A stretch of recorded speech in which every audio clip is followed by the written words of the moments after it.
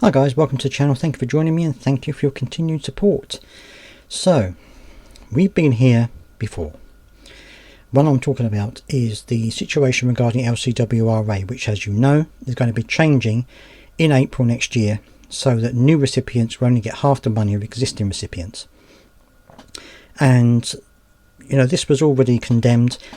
As people have said, I don't think there's enough people talking about the situation because it is going to cost a lot of people a lot in terms of their, the money they're going to need to eat and heat their homes and this kind of thing.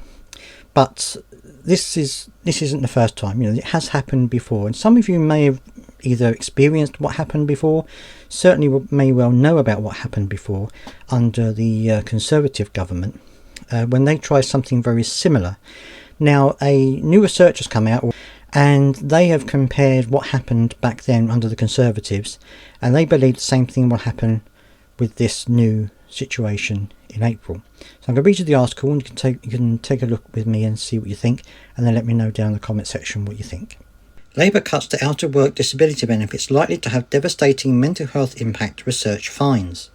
Next April's cuts to out-of-work disability benefits are likely to have devastating consequences for disabled people's mental health and drive many into serious poverty, research into the impact of similar Conservative reforms has warned. The Labour government cuts are also likely to impose major costs on other public services, such as the NHS, social care and other local authority support, the research says. The research by public health experts at the University of Liverpool examined the impacts of previous cuts to out-of-work disability benefits implemented by the Conservative government in April 2017. The research paper has been described this week as crucial and vital by disabled people's organisations. The new research found that the 2017 cuts pushed through Parliament by Tory Work and Pension Secretary Ian Duncan-Smith as part of his Welfare Reform and Work Act of 2016 had a serious impact on disabled people who left work in that period. It found that the reduction of nearly £30 a week to benefits paid to those placed in the work-related activity group of employment and support allowance was linked to an extra 92,000 people with long-term conditions a year self-reporting common mental health disorders such as depression and anxiety. The researchers examined the impact of the WRAG cut on people with long-term conditions who had left their jobs and claimed ESA in the years after the Act became law. The cut, which meant claimants in that group received the same benefits as those receiving the mainstream job seekers allowance, also led to 31,000 a year more disabled people in this group experiencing severe poverty. And because they only looked at the impact on disabled people who had left work and moved onto ESA, the researchers concluded that their results probably underestimate the overall impact of the policy change. The researchers also concluded that the RAG cut had no impact on the likelihood of sick and disabled people moving into work, a key reason for the Labour government's pushing through similar cuts, which will be implemented in just 5 months' time. They say in the paper, "We found no evidence that the policy improved the employment chances of people with long-term condition or disability. Our results indicated that reducing benefit payments did not improve employment and instead increased the risk of severe poverty."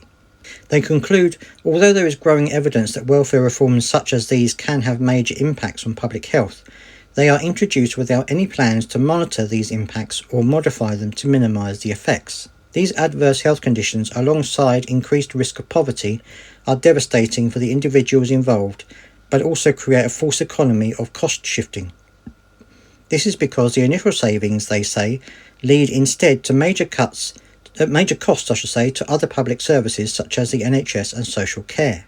Now, of course, many people have said very similar things. I've said it myself, and you guys have mentioned it also in the comments, that, this is a false economy. What they're doing is they're taking money away from people who need that for support, and instead what happens is they need more money to then help these people when they get serious mental health conditions, or because of poverty if they end up in an NHS hospital, or maybe even in a care home if they're elderly. All of these people are going to add to the burden on things like social care and the NHS. They're not going to save the government any money. But of course, a lot of this is just about show. It's just about convincing people they're doing something when actually I think they already know that this isn't going to save them any money. I think they're doing it purely to try and appease those people who believe that the benefits bill should come down, which of course we all know that that is not the case. Anyway, let me know down in the comment section what you think about it all.